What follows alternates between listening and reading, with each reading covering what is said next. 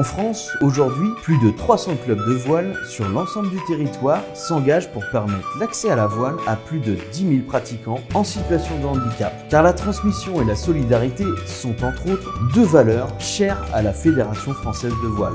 Ça s'est plutôt pas mal passé. On a terminé la manche troisième. Oui, troisième. Ouais, je suis content de la première course qu'on a fait aujourd'hui. Pour nous, c'était dur parce que c'était encore du petit temps, on va dire. Il y a de la vague, du petit temps et on est deux gros, quoi. Sur l'eau, la navigation, soit en solitaire, soit en équipage, ouvre de nouveaux horizons. À travers les interviews croisées de 6 pratiquants, découvrez leur rapport si singulier à la voile. De leur début sur l'eau jusqu'au championnat de France, en passant par leurs appréhensions, leurs adaptations, leur motivation, nos 3 équipages se sont livrés face à nos caméras.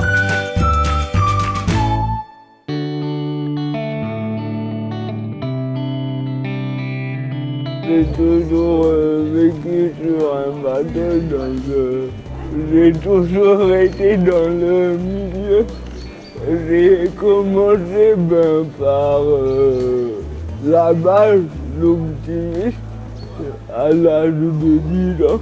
Alors moi, ça fait 23 ans que je travaille dans l'association dans laquelle Baptiste est, mais ça fait seulement 7 ans que je m'occupe de tout ce qui est activité sportive. Moi, je suis responsable d'une école de voile. En 2 mots, moi je pratique la voile depuis 30 ans. Il y a une quinzaine d'années, j'ai commencé à en faire plus sérieusement et ensuite, depuis 10 ans, je pratique la régate handi-valide. Depuis 5 ans avec Gilou. Moi du coup j'ai commencé la voile à l'âge de 8 ans. À l'âge de mes 10 ans, on m'a contacté après avoir fait le championnat de France en optimiste. Et il m'a dit comme quoi ça serait bien que je fasse un stage à l'ENV avec l'équipe handi-voile française. Et du coup il y avait plein de jeunes et dont Ange. C'est comme ça qu'on a navigué ensemble. J'ai commencé la voile à 14 ans, c'est dès qu'on m'a mis sur le bateau la première fois. Au départ, j'ai eu une peur, parce que comme tout le monde, tu découvres, tu dis oula, doucement. Dans quoi je m'embarque? Ouais. Et puis au fur et à mesure du temps, tu te dis, en fait, mais c'est du kiff, quoi. Alors, c'est toi, Kiki? C'est hyper formateur de naviguer avec quelqu'un comme Gilou. Donc moi, ça m'a permis de progresser, j'espère, et de prendre énormément de plaisir surtout. Quand on va naviguer, il arrive maintenant à me régler les voiles. On se cale en début, en sortie, pour régler nos voiles et tout. Il arrive à me régler les voiles au demi-centimètre près. Donc c'est ce qui est intéressant, c'est qu'il est déficient visuel et pourtant la voile elle est réglée tip top.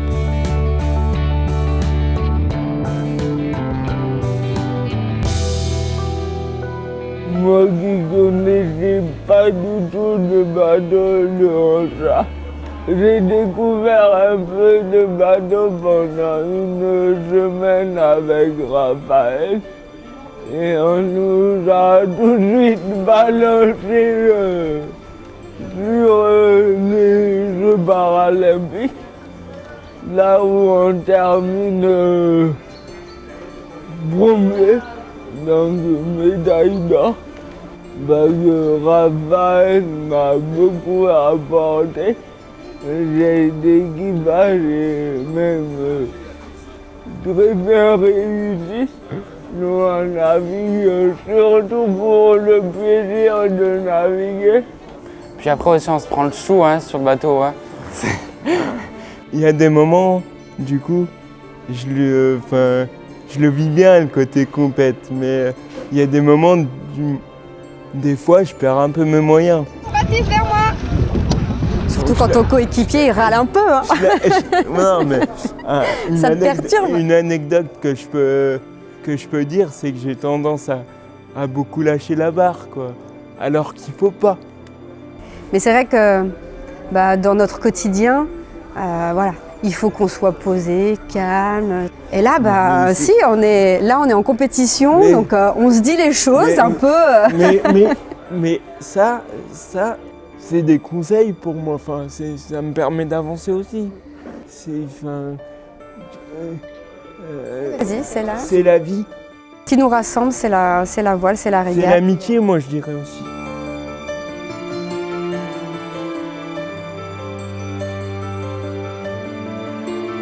Moi, comme je dis toujours, déjà la voile, c'est un sport adapté au handicap visuel parce qu'on s'appuie sur plein de sensations qui ne sont pas visuelles, à commencer par sentir le vent, sa direction, sa puissance, comment le bateau réagit par rapport au vent qu'il reçoit dans ses voiles. Voilà. Et puis après, sur un support qu'on connaît bien, on arrive à sentir comment on doit glisser en fonction d'une force de vent donnée. Donc à partir de là, j'essaie de m'appuyer sur cette connaissance du support et sur comment il doit se comporter. Et puis donc après des choses plus innovantes, plus technologiques, donc il y a l'application SARA, qui veut dire Sail and Rest Audio Guide, et qui utilise le GPS et qui permet de pouvoir se positionner sur un parcours. Et puis également de donner des informations comme le cap et la vitesse. Et ça permet réellement de régater autour de 3 bouées sans y voir. Si tu parles d'adaptation, moi par exemple, j'ai une coque qui me permet de me maintenir dans le bateau. Je sais pas si tu as vu tout à l'heure, mais voilà, ça c'est mon adaptation. Je peux le faire sans coque, mais ça me demande plus d'efforts au niveau du dos.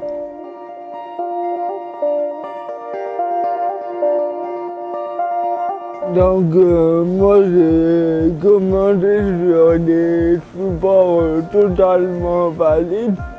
Je suis passé par l'optimisme où j'ai adapté un peu mon optimisme en mettant des taquets escargots sur le bord de mon optimisme pour mon écoute de grand vague.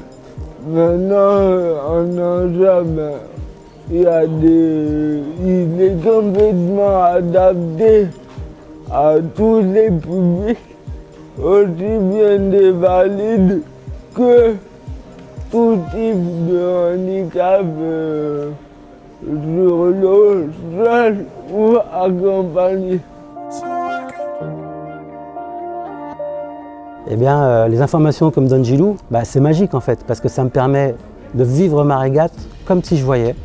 Donc vous imaginez bien que déjà, il faut qu'il soit clair dans sa tête, le garçon, et ensuite qu'il faut que la com soit vraiment efficace, parce qu'il y a plein de choses à dire. Et à partir de là, c'est vrai que moi je mentalise exactement où on est, où sont les autres. On peut discuter du truc. Moi j'ai autant d'éléments que lui finalement, et on prend la décision ensemble. Et ça pour moi c'est le top, quoi. C'est que Gilou, avec sa vision, avec son expérience, il me fait confiance. Le partage, il est là. Si on n'a pas confiance l'un dans l'autre, ça ne marche pas. Et donc, voilà, c'est 2 copains qui font un bon binôme et on s'éclate bien. C'est le principal. Déjà, c'est trouver le plaisir. Olive ? Exact, j'aurais pas dit mieux.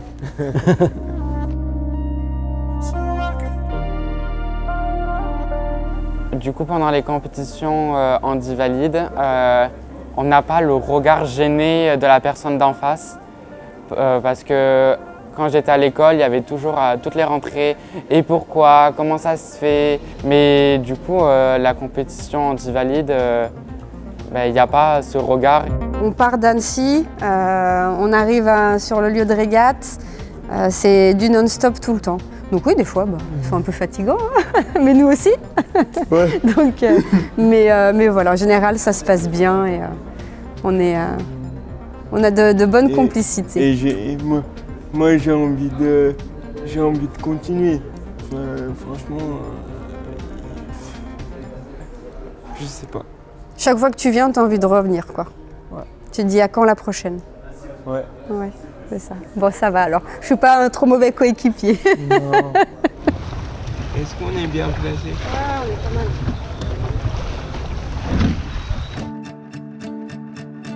Quand je suis sur l'eau, je me sens libre. C'est une joie pour moi de pouvoir naviguer, pouvoir aller où je veux, prendre mes propres décisions.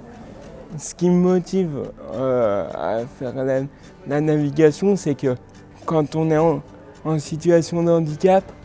Moi, la voile m'a toujours motivé pour oublier mon handicap. Genre, le fauteuil, il est plus là, quoi. C'est le bonhomme qui navigue, c'est pas le fauteuil, je m'en fous. Mais moi, quand je suis pas sur l'eau, je suis super mal. Il me manque un petit truc en moi. Donc,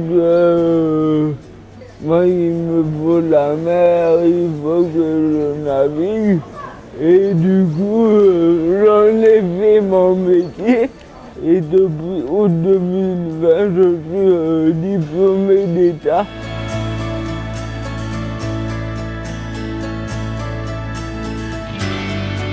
De toute façon, quand on les voit naviguer, ils ont toujours la banane. Si on voit sur le plan d'eau là aujourd'hui, tous ceux qu'on croise, ils ont tous le sourire.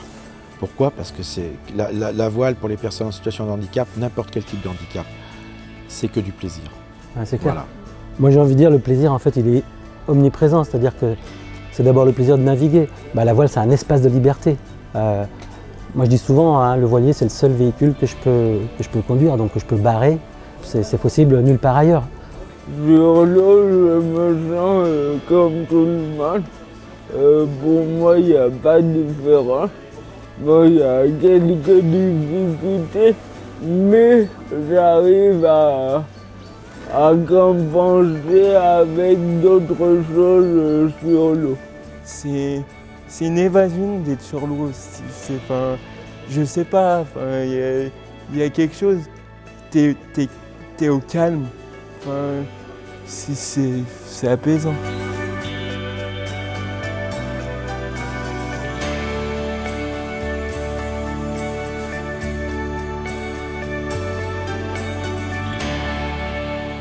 Et pourquoi pas dans l'avenir plus lointain, faire découvrir la voile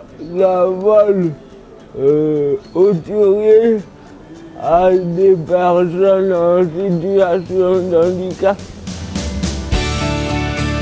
Le fait de développer la pratique en aidant à ce qu'un maximum de personnes déficientes visuelles découvrent la voile, ça aussi c'est un immense plaisir parce que la plus belle récompense, c'est les gens qui découvrent, qui accrochent et qui ont un sourire aussi énorme et qui reviennent et qui te disent j'y avais même pas rêvé en fait, mais c'est top quoi. Donc le plaisir il est à tous ces niveaux-là.